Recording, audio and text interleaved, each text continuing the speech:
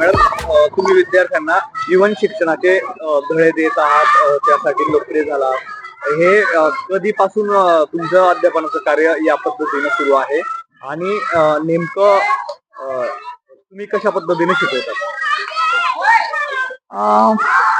तुम्ही आता मला जे म्हणतायत की जीवन शिक्षणाचे धडे देत आहात आणि प्रात्यक्षिक पद्धतीने मी शिकवते, प्रत्यक्ष उपक्रम करून दाखवते, तर हे मी गेल्या 31 वर्षांपासून शिकवते। झालं असं की शिकवणं असंच सुरू आहे, पण मीडिया समोर मांडण्यात जे आलं ते मी आता 6 महिन्यांपूर्वी सुरू केलं। नाहीतर माझी शिकवण्याची पद्धत हीच होती। जर काही आपल्याला एखादी कृती करायची आहे, शिकवायचं आहे, तर मी त्या गोष्टीसाठी कृतीच करून दाखवते किंवा विद्यार्थ्यांना ती गोष्ट प्रत्यक्ष तिथे नेऊन दाखवते। मला समजा जर पानांची रचना जरी दाखवायची असली तरी मी वेगवेगळ्या झाडांची पानं घेऊन येते, ती टेबलावर ठेवते, त्यांची रचना सांगते, ते पान कोणत्या प्रकारचं आहे ते सांगते, त्यांचे कलर, त्यांची रचना, त्यांच्या शिरोरेषा हे सगळं मी समजावून सांगते।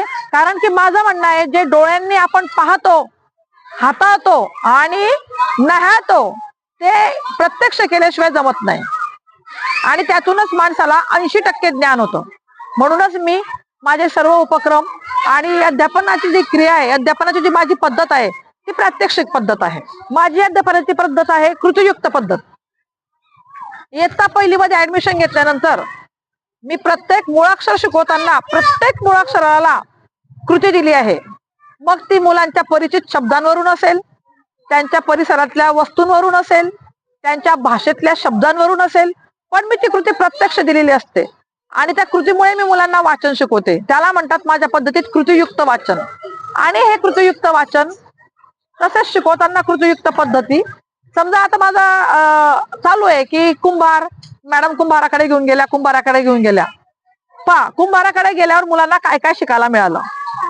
आम्ही फक्त विज्ञानच शिकवतो, माठातील पाणी लवकर थंड होते। का होते? कारण की माठाला सच्छिद्र असतं, माठाला बाहेरची हवा लागली की पाणी गार होतं, बाष्पीभवन होतं। ह्या ज्या सगळ्या गोष्टी आहेत या प्रत्यक्ष दाखवल्या तर कुठे काय होणार आहे, काय बिघडणार कुठे आहे?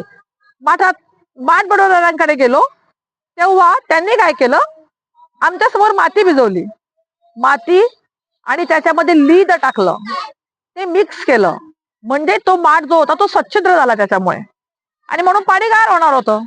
मग घरी आणलेला माठ कसा तयार झालाय हे मुलांना कसं कळेल?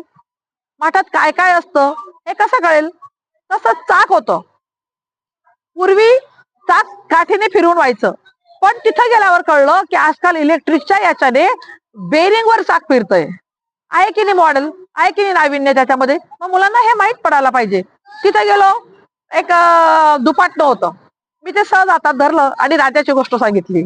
एक राजा असतो आणि तो विद्यार्थ्यांना म्हणतो, त्याच्या सेवकाला म्हणतो की जा 1 किलो तेल 1 किलो तूप घेऊन ये। सेवक दुपाटणं घेऊन जातो आणि दुकानाजवळ जातो आणि म्हणतो 1 किलो तेल द्या। दुकानदार त्या दुपाटण्यामध्ये तेल टाकतो, नंतर तो म्हणतो तूप द्या।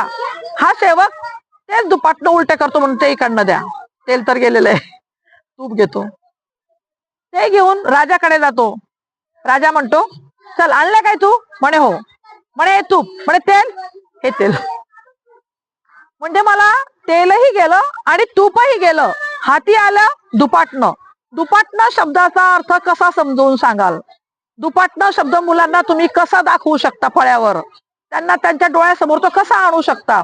मग त्यापेक्षा प्रत्यक्ष व्हिजिट दिलेली कुठे वाईट असते ना, तर प्रत्यक्ष व्हिजिट यासाठी कामात असते। माझा एक मुलगा लगेच म्हणतो मॅडम कुंभारचा सभेटा,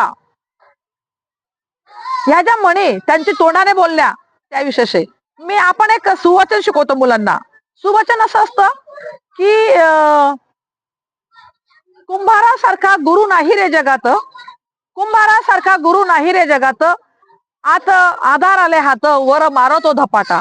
म्हणजे हे जे आहे की मग आपण त्याच्या मुलांना समजू शकतो की बाळांनो, आम्ही जरी थोडीफार शिक्षा केली किंवा काही, तरी आमचा हात तुमच्यासाठी आधाराला आहे, आमचं प्रेम तुमच्यावर निश्चितच आहे, पण तुम्हाला हा भाग यावा, हा भाग तुम्ही सहज म्हणजे अध्यापन क्रिया तुमची सहज व्हावी म्हणून ही क्रिया करावी लागते, असं जर म्हटलं तर किती सोपं होईल ना? मग काय बिघडतंय? म्हणूनच माझं पूर्ण ठाम मत आहे की आपण प्रत्येक गोष्टीला मुलांना कृती करून दाखवली पाहिजे, उपक्रम करून दाखवला पाहिजे, किंवा त्या स्थळी आपण मुलांना व्हिजिटला घेऊन गेलो पाहिजे। आमच्या मराठीच्या पुस्तकामध्ये पाठ असतो. पाठ संपला म्हणजे खाली प्रश्न उत्तर स्वाध्याय असतात. स्वाध्याय संपल्यावर सर्वात शेवटची ओळ असते उपक्रम. आणि ते उपक्रम हेच असतात की या धड्यावरून आपण काय शिकतोय, या धड्यावरून आपल्याला काय शिकायचं आहे, तोच तो उपक्रम असतो. आणि तेच उपक्रम मी पूर्णपणे 100% फॉलो करते.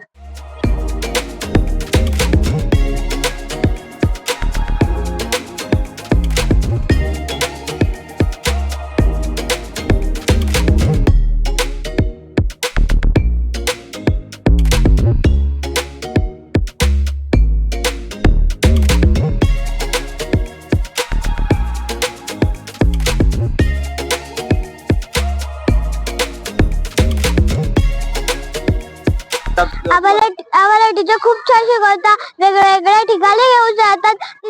तिथेच आम्हाला शिकवतात. आणि आमचे टीचर वेगवेगळ्या ठिकाणी घेऊन जातात. म्हणजे काचाच्या तिथे हिराचा पेज होता. म्हणजे त्याच्या मागे हिर होता. त्याचं नाव हिरकणी होतं. अजून आम्ही स्वामील मध्ये गेलो होतो लाकडाच्या. म्हणजे टीचर खूप छान शिकवतात. भारत झाले 110 अंकीचा भागाकार केला होता टीचरांमुळे. आम्ही 90 अंकीचा गुणाकार केला होता टीचरांमुळे. आम्हाला कुंभाराकडे घेऊन गेले होते. कुंभार कशी मटके बनवतो ते शिकायला मिळलं. अजून भांडी कसे बनवतात ते शिकायला भेटलं. अजून छोटे छोटे भांडी कसे बनवतात ते शिकायला भेटलं. आम्ही पंचायत दुकानावर गेले होते. मूर्तिकार बाबाकडे गेले होते. सुतार बाबाकडे गेले होते. चक्कीच्या दुकानात गेले होते. विद्याहाटला गेले होते.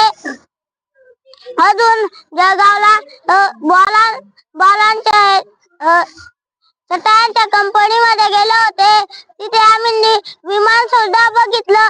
आणि तिथे आम्हाला मे महिन्यात मध्ये घेऊन जाणार आहे.